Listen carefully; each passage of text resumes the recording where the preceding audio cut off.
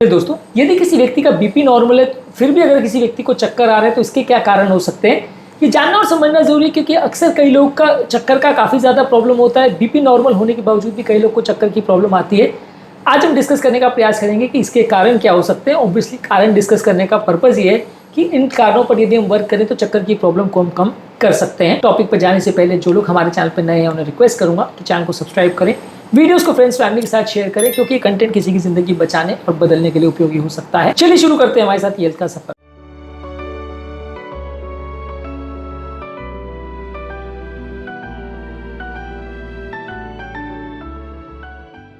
किस तरह के सर्कमस्टांसेस में उन्हें चक्कर का प्रॉब्लम है और उनका कारण क्या है, क्या आपको पता चला, कमेंट सेक्शन में लिख के हमें बताएं। अगर किसी व्यक्ति का बेसलाइन बीपी भी नॉर्मल है तो कई बार ऑर्थोस्टैटिक चेंजेस या पोस्चरल चेंजेस की वजह से टेम्परेरी ब्लड प्रेशर में ड्रॉप हो सकता है, जिसकी वजह से चक्कर की प्रॉब्लम हो सकती है।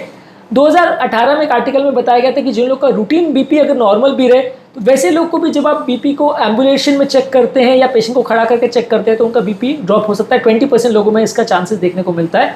तो कई बार लोग का ऐसा होता है कि जब वो बैठे से सडनली उठते हैं तो पाँव में ब्लड की पूलिंग हो जाने की वजह से या ब्लड पाँव में जमा हो जाने की वजह से बीपी ड्रॉप हो जाता है, जिसकी वजह से चक्कर आते हैं। नॉर्मल बीपी होने के बावजूद भी ऐसा हो सकता है।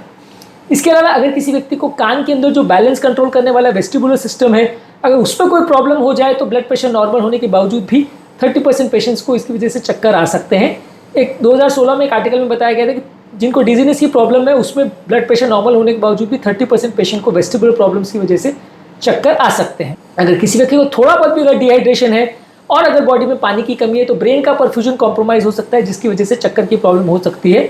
2015 में एक आर्टिकल में बताया गया था कि इवन माइल्ड डिहाइड्रेशन भी अगर किसी व्यक्ति को हो तो चक्कर की प्रॉब्लम हो सकती है। और हमारे लिए तो ऑलमोस्ट रोज की बात है कि क्योंकि हम मल्टीपल मेडिसिन पेशेंट में यूज़ करते हैं तो जैसे ही पेशेंट्स में दवाई यूज़ करते हैं बहुत सारे पेशेंट्स को चक्कर की प्रॉब्लम होती है।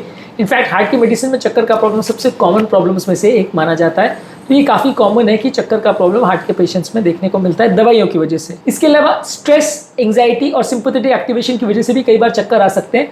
बहुत ज़्यादा अगर इमोशनल स्ट्रेस हो, एंग्जाइटी हो तो इसकी वजह से भी ब्रेन का ब्लड फ्लो कॉम्प्रोमाइज हो सकता है, उसकी वजह से भी चक्कर आ सकते हैं।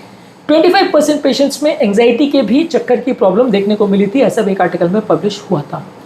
इसके अलावा अगर किसी व्यक्ति को कोई मेडिसिन चल रही है, खासकर बीपी की दवा, नींद की दवा या जुकाम खांसी के लिए एंटी हिस्टामिनिक की दवा चल रही है तो इस दवा से भी लोगों को चक्कर आ सकता है। इस मामले में 2014 में एक आर्टिकल में बताया गया था कि 18% लोगों को अनएक्सप्लेन चक्कर का प्रॉब्लम दवाओं के इंट्रैक्शन की वजह से देखने को मिला था। अगर किसी को न्यूट्रिशन डेफिशिएंसी है, जैसे B12, आयरन और विटामिन डी की कमी है, तो ऐसे लोग को भी चक्कर का प्रॉब्लम आ सकता है। इस मामले में 2017 में एक आर्टिकल में बताया गया था कि अगर नॉर्मल हीमोग्लोबिन भी हो और अगर फेरिटिन लेवल्स 50 से कम हो, 50 नैनोग्राम पर ml से कम हो, तो ऐसे लोग को भी चक्कर आ सकता है। तो यानी अगर हीमोग्लोबिन लेवल्स नॉर्मल भी है और वैसे में भी अगर आयरन का कंटेंट बॉडी में कम है तो चक्कर आ सकता है। तो आयरन लेवल्स भी एटलीस्ट चेक करना चाहिए। इसके अलावा अगर किसी व्यक्ति की नींद का अगर प्रॉब्लम है या जिसकी नींद बार बार टूटती है, फ्रैगमेंटेड स्लीप है, तो वैसे लोग को भी ऑटोनॉमिक इंबैलेंस हो सकता है और इसकी वजह से भी चक्कर का प्रॉब्लम हो सकता है। इस मामले में 2017 में एक आर्टिकल में बताया गया था कि जो लोग 6 घंटे से कम सोते हैं उनको चक्कर आने का चांस 18% तक बढ़ जाता है। इसके अलावा कुछ माइग्रेन के पेशेंट्स में जिनको वेस्टिबुलर माइग्रेन होता है, वैसे लोग को चक्कर का प्रॉब्लम बिना सरदर्द के भी हो सकता है और उनको माइग्रेन के बाकी सिम्टम ना हो, ऐसा भी हो सकता है। तो एक माइग्रेन के फॉर्म में भी लोगों को चक्कर की प्रॉब्लम आ सकती है। इसके अलावा एज से कई लोग का जो ऑटोनॉमिक कंट्रोल सिस्टम है, ब्लड प्रेशर कंट्रोल सिस्टम है, बायोरिसेप्टर जो काम करता है, जो कि ब्लड प्रेशर को मेंटेन करता है, वो कई बार गड़बड़ा हो जाता है, जिसकी वजह से भी लोग को चक्कर का प्रॉब्लम होता है। 2016 में एक आर्टिकल में बताया गया था कि 60 वर्ष की उम्र के बाद ऑटोनॉमिक डिस्फंक्शन की वजह से 20 से 25% लोग को चक्कर की प्रॉब्लम आ सकती है। तो ये काफ़ी ज़्यादा कॉमन है उम्रदराज लोगों के। अलावा अगर बॉडी में अगर पानी की कमी है या इलेक्ट्रोलाइट का प्रॉब्लम है, जैसे कि डायरिया, वॉमिटिंग या पसीने की प्रॉब्लम है, तो वैसे लोगों को भी इलेक्ट्रोलाइट शिफ्ट की वजह से चक्कर आ सकता है। अगर ब्लड शुगर में भी बहुत ज्यादा अगर फ्लक्चुएशन आता है तो sudden severe blood sugar fluctuations की वजह से भी चक्कर का प्रॉब्लम हो सकता है। अगर कोई नेक पोस्चर किसी का अच्छा मेंटेन नहीं है और प्रॉपर पोस्चर के साथ अपने डेस्क पर काम नहीं करते हैं तो गलत पोस्चर के काम करने की वजह से भी लोग को चक्कर का प्रॉब्लम आ सकता है। तो आज के टॉपिक में हमने जाना कि अगर चक्कर किसी व्यक्ति को हो रहा है और बीपी नॉर्मल है तो ये सारे उसके कारण हो सकते हैं। ऐसे केस में आपको पानी पेशेंट को ज्यादा देना चाहिए, विटामिन मिनरल के सप्लीमेंट्स देने चाहिए, पाँव में कंप्रेशन स्टॉकिंग्स पहनने चाहिए, चक्कर के कारण को पहचानने का प्रयास करना चाहिए। अलग अलग कारण के हिसाब से अलग अलग ट्रीटमेंट हो सकता है, इसलिए चक्कर का प्रॉब्लम सिर्फ बीपी से रिलेटेड हो ऐसा जरूरी नहीं है। और भी दूसरी बहुत सारी ऐसी बीमारियां जो चक्कर की प्रॉब्लम को बढ़ा सकती है, जिस पर वर्क करना और उसको प्रॉपरली ठीक करना जरूरी है। उम्मीद करूंगा कि आज के टॉपिक में कुछ नया जानने को मिला होगा। जो लोग हमारे चैनल पर नए हैं उन्हें रिक्वेस्ट करूंगा कि चैनल को सब्सक्राइब करें, वीडियोस को फ्रेंड्स फैमिली के साथ शेयर करें, क्योंकि कंटेंट किसी की जिंदगी बचाने और बदलने के लिए उपयोगी हो सकता है।